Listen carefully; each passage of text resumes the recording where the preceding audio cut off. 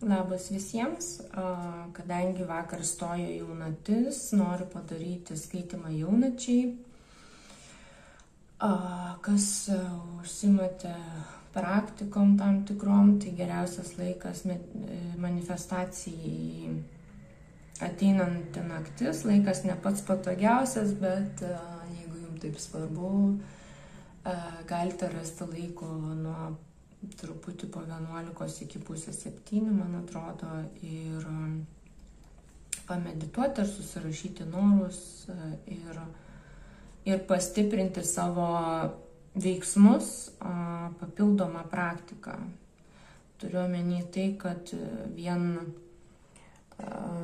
manifestavimas rezultato tikriausiai neatneš, čia retai kam taip gali būti, kadangi vis dėlto, kaip ten bebūtų, mes turime patys stengtis dėl savo tikslų įgyvendinimo ir dirbti tą linkme. Dar noriu pasakyti, kad, kaip matote, šį kartą nesirodau, nes ne visose skaitimuose ketinu rodytis. Žinau, kad dažnai būna įdomu pamatyti kortas ir galbūt čia susirenkame ne tiek į mane pasižiūrėti, kiek svarbiau yra pats turinys, ką matysime kortose ir kokios žinutės plauks iš to. Tai,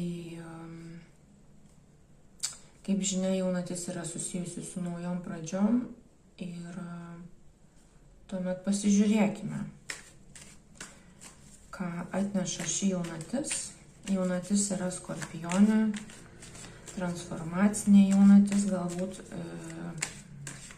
kažkam norisi pradėti daryti kažką naujo.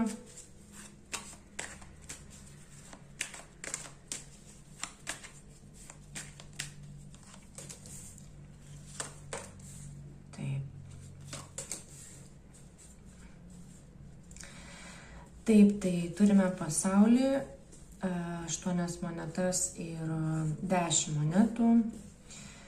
Tai krenta labai žemiška materiali energija ir pati žemė iškrito kaip tam tikro ciklo užsidarimas, didelio ciklo užsidarimas, reikšminga transformacija, kaip jau sakiau, kad jaunatis yra Skorpionė ir ta transformacija tikrai yra gili ir reikšminga.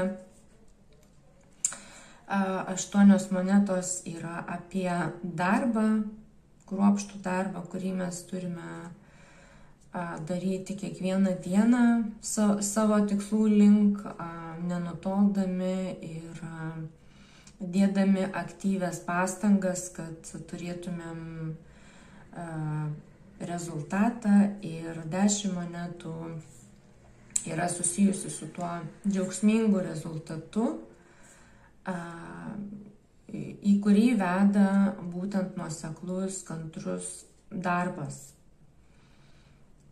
Galbūt kažkam ateina materialinės gėrybės ir nededant didelių pastangų, bet dažnai mums reikia skirti savo laiką, energiją, kad turėtumėm dalykus, turėtumėm materialinę tam tikrą formą, išraišką, kurią panaudojant galėtumėm įsigyti tam tikrus dalykus, kurių mums reikia ar kurių norisi. 10 monetų tai yra stabilumas, tam tikra prasme ir šeimos korta, tam tikras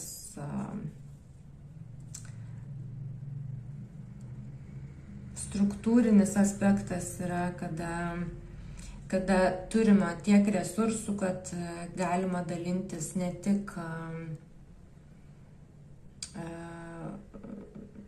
galima tuos resursus skirti ne tik savo, bet ir dalintis su kitais ir turėti daugiau negu yra būtina tik tai išgyventi. Tai pagrindinės kortos labai gražios, bet noriu dar ir papildymų pasižiūrėti. Aš turiu pasidėjusi keletą kaladžių. Ir pasižiūrėsime tada truputėlį giliau, apie ką yra pasaulio korta. Oi. Apie pasaulio kortą ir krenta 10 monetų iškrito labai greitai. Galbūt kažkam tie rezultatai pareis labai greitai ir iš tikrųjų tikrai rekomenduočiau kai kam padaryti ir pastiprinamąjį dalyką manifestaciją. Taip. 4 kalavijai ir 6 skeptrai.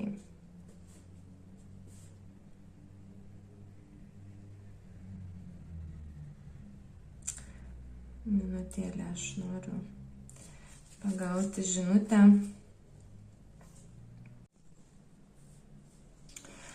Galbūt jūs kurį laiką buvote tokiam tyliam, ramiam meditaciniam laikotarpyje, kurio metu turėjo šauti kažkokia idėja. Čia, kaip matote, moteris guli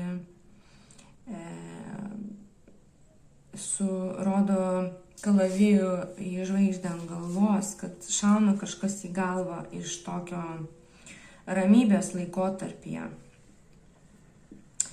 Ir 6 skeptrai yra pergalės korta, kuri rodo, kad ta idėja veiksmų dėka, skeptrai yra veiksmų kortos, ugnies, aistros ir tiesiog ta idėja, kuri šovė, yra nešanti sėkmę ir veikiant, darant tai, kas norisi, darant veiksmus tos idėjos įgyvendinimo link, vėlgi antrą kartą iškrito 10 monetų, yra einama į labai gerą finansinę padėtį, materialinę padėtį. Monetos nebūtinai yra susiję su pinigais, tai gali būti susiję ir visais reikalingais resursais. Bet čia kalba eina ne tik apie tuos būtinuosius, bet ir apie tai, kad tų resursų bus daugiau negu reikia tiesiog minimaliems poreikiams patenkinti. Tai jeigu turite kažkokią idėją, laikas yra žengti žingsnį ir aktyviai veikti, pradėti naują ciklą, kad būtų geras ir smagus rezultatas. Gerai, tada žiūrime 8 monetos, apie ką yra.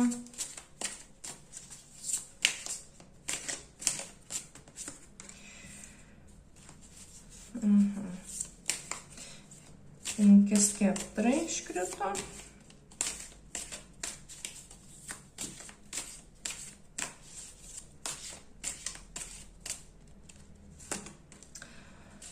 Paskutinysis teismas.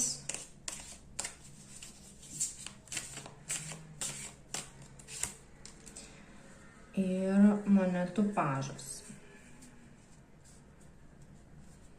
Gerai, gal dar vieną kortą. Kodėl čia yra paskutinysis teismas? Noriu truputėlį plačiau patikslinti. Kalavijų pažas.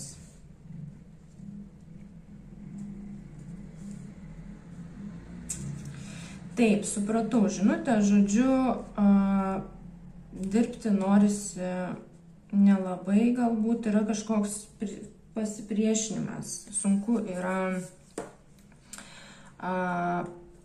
pradėti ir reikia save įveikti, galbūt kyla visokios mintis ir apie konkurenciją. Pavyzdžiui, pradedat mąstyti, kad jeigu norite užsiimti tam tikrą veiklą, gal galvojat, kad labai daug žmonių jau tą daro ir kam čia to reikia ir ar aš čia turėsiu tų klientų kažkokių ir tiesiog vyksta vidinė kova dėl tos naujos pradžios. Galbūt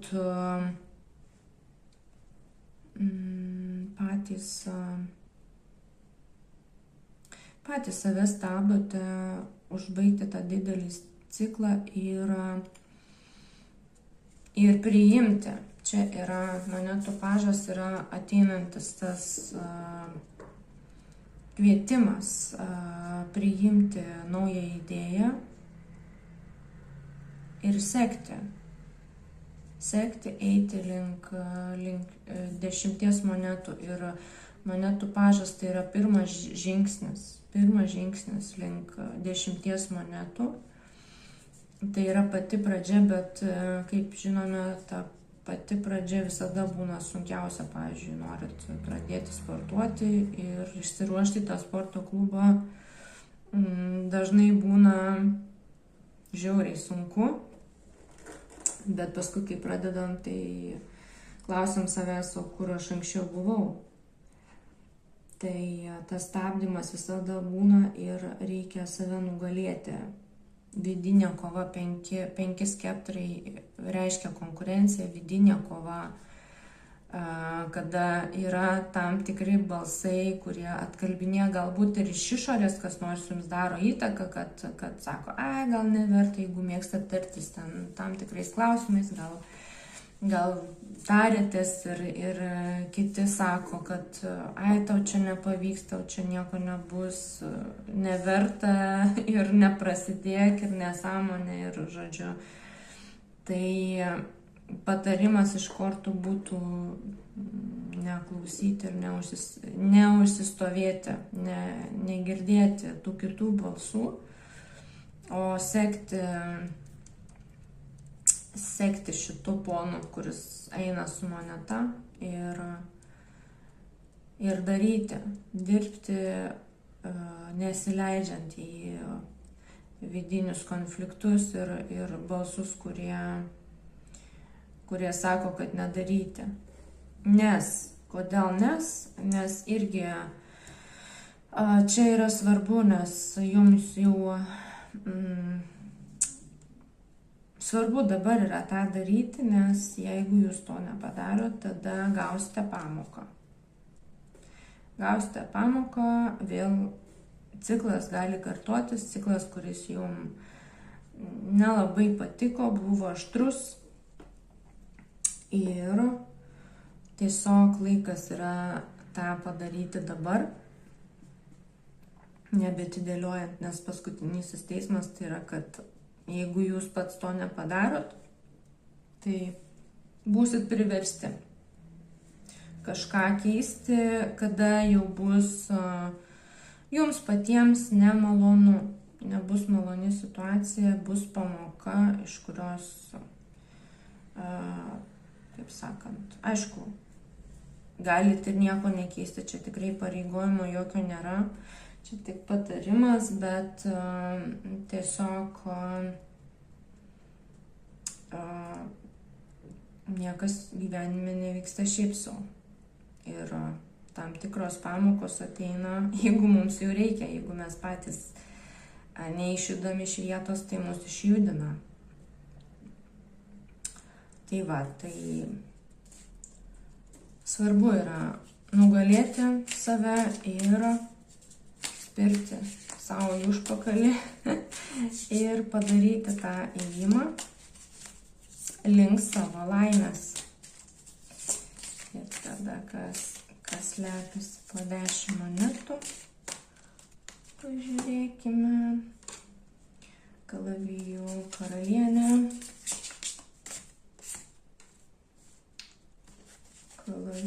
karalius ir 8 skeptrai.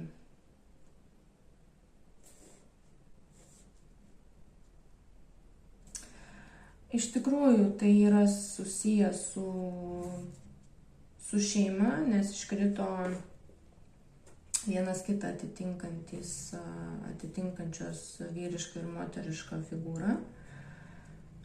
Kalavijų karalienė ir karalius, ir jie to paties lygmens yra. Ir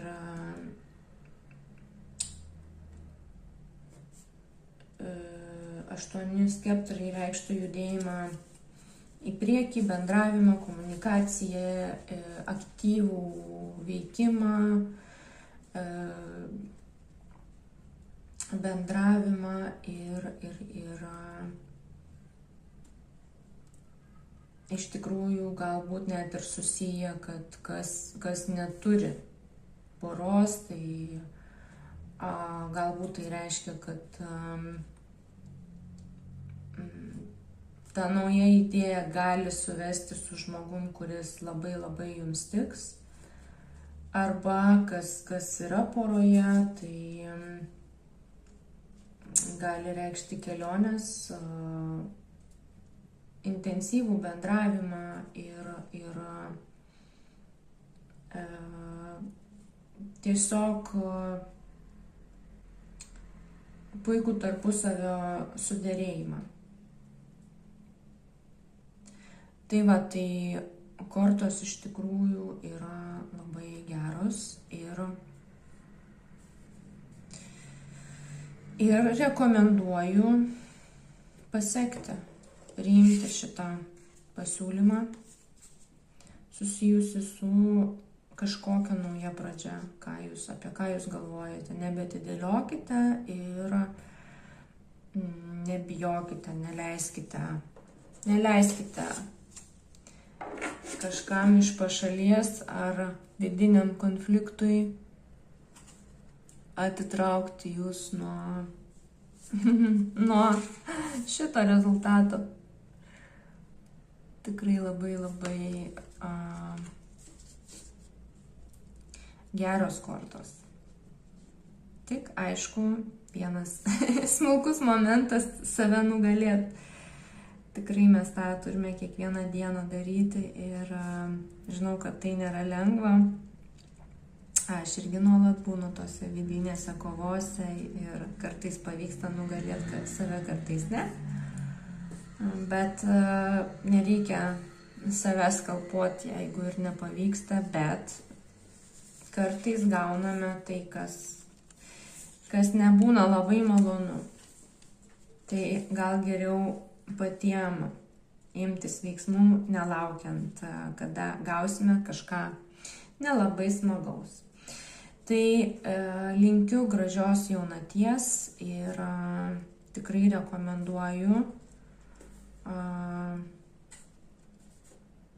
papildomai padaryti kažkokių praktikų ir žinoma aktyviai veikti. Tai tiek, iki.